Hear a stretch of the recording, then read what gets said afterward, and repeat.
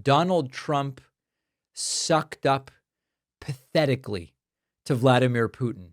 Number one, during this morning's Fox and Friends interview, and number two, during the Ukrainian-European summit, as it is being known, at the White House yesterday. We learned that Donald Trump interrupted his meeting with Zelensky and European leaders to go to another room and talk on the phone to Vladimir Putin. If you think that this isn't a carefully concocted bit of theater to show where Trump's loyalty really is, to show the level of control that Donald Trump has ceded to Vladimir Putin and the subservience of the American president to his counterpart in Russia, hard to think of a more emblematic and representative moment of that than this.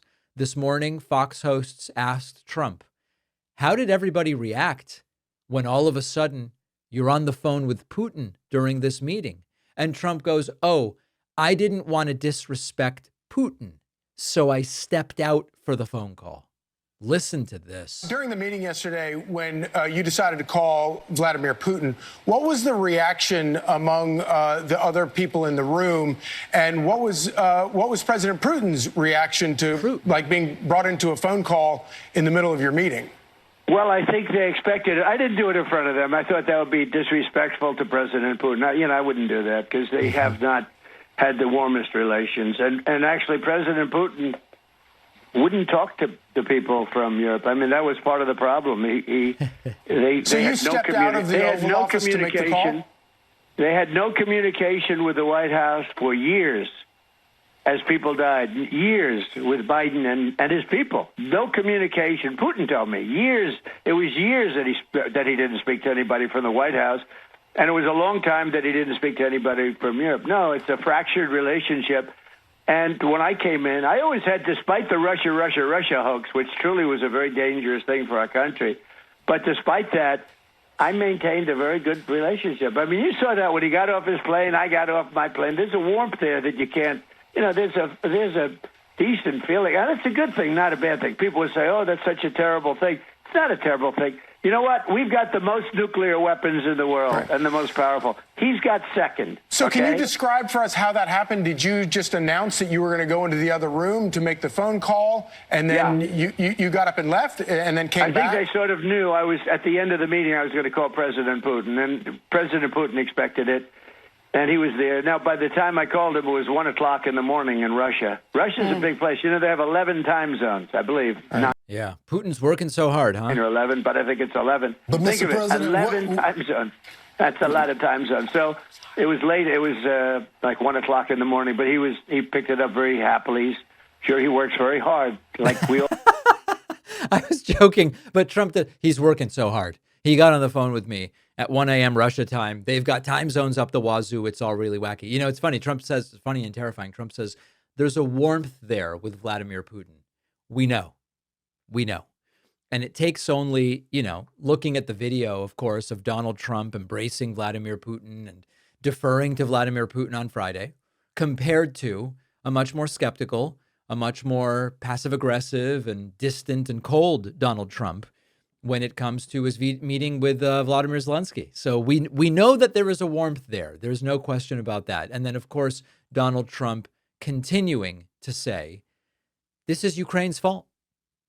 Why did Ukraine go and get itself invaded? They shouldn't have done that.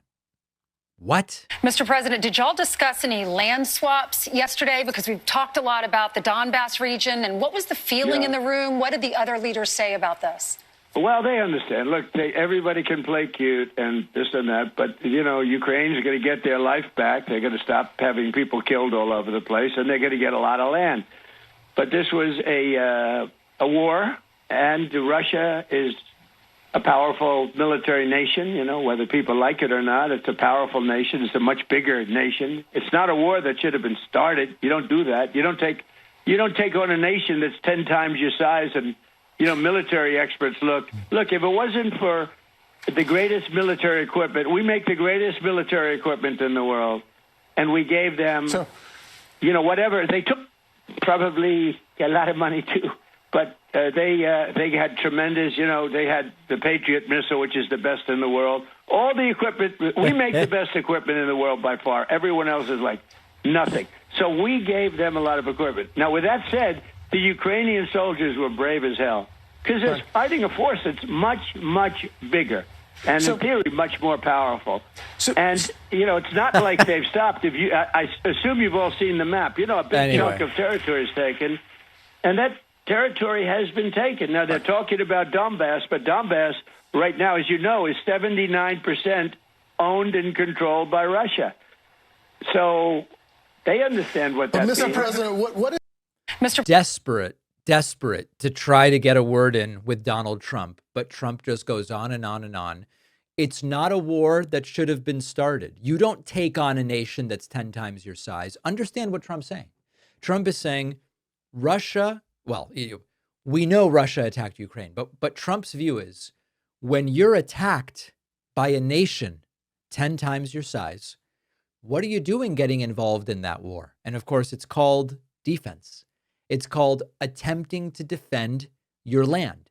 It's called something Trump says he values. If we don't have borders, we don't have a country. How many thousands of times have we heard Donald Trump say that?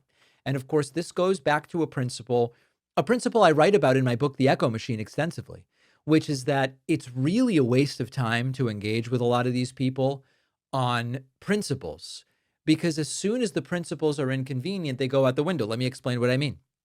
For more than a decade, Donald Trump has said, if we don't have borders, we don't have a country. We must enforce our borders. Countries must be able to say, hey, this is where our country starts, and we're in control on this side of the line. So Russia invades Ukraine and starts to take land and attempt to take land and conquer. And so Ukraine defends itself. Why? Because Ukraine believes, I guess, in that same Trumpian principle. If we don't have borders, we don't have a country. This is our land. We are entitled to this. Legally, this is part of our country, not Russia.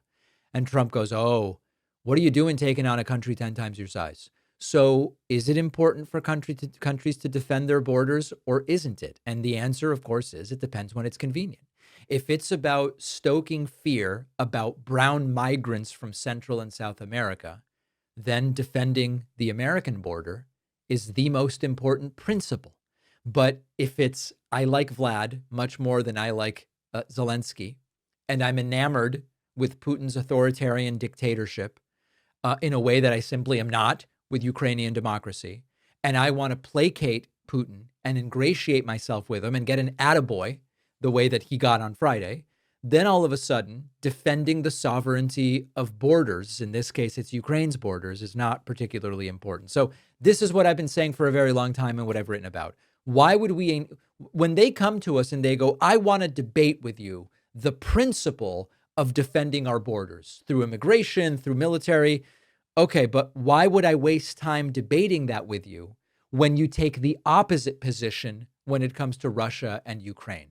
All of these supposed principles and political positions are really born out of convenience. It's really born out of political expediency.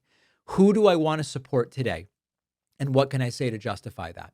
If I want to support red state Texas doing horrible things to people that are coming into their state, then I take one position on this principle. If what I want to do is defer to the invading force of Vladimir Putin, then I'll take a different position on the importance of defending borders. This is why we can't have serious conversations with these people. Make sure you're subscribed to my YouTube channel, youtube.com/The David Pakman Show. After the break, what is happening with vegetable prices? Oh boy, not good. Do you ever feel like it's tough to stay focused? I've sometimes struggled with it, and Brain FM's focus music has really helped me find my groove. I used to think background music from Spotify or YouTube would help me focus, but I ended up distracted, and then I'd start looking for better tracks that would actually help.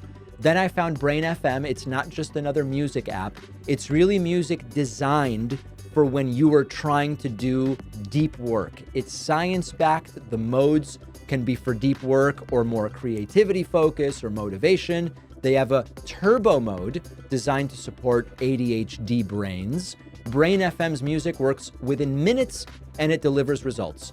A peer-reviewed study showed that Brain FM's music boosts attention, especially for people with ADHD tendencies. Brain FM's focus music is the only music made to support ADHD brains.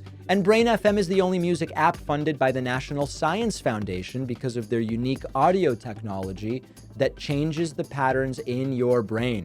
With Brain FM, I am locked in. The distractions go away. The productivity just happens. And my audience can try it for free for 30 days when you go to brain.fm/Pakman. The link is in the description.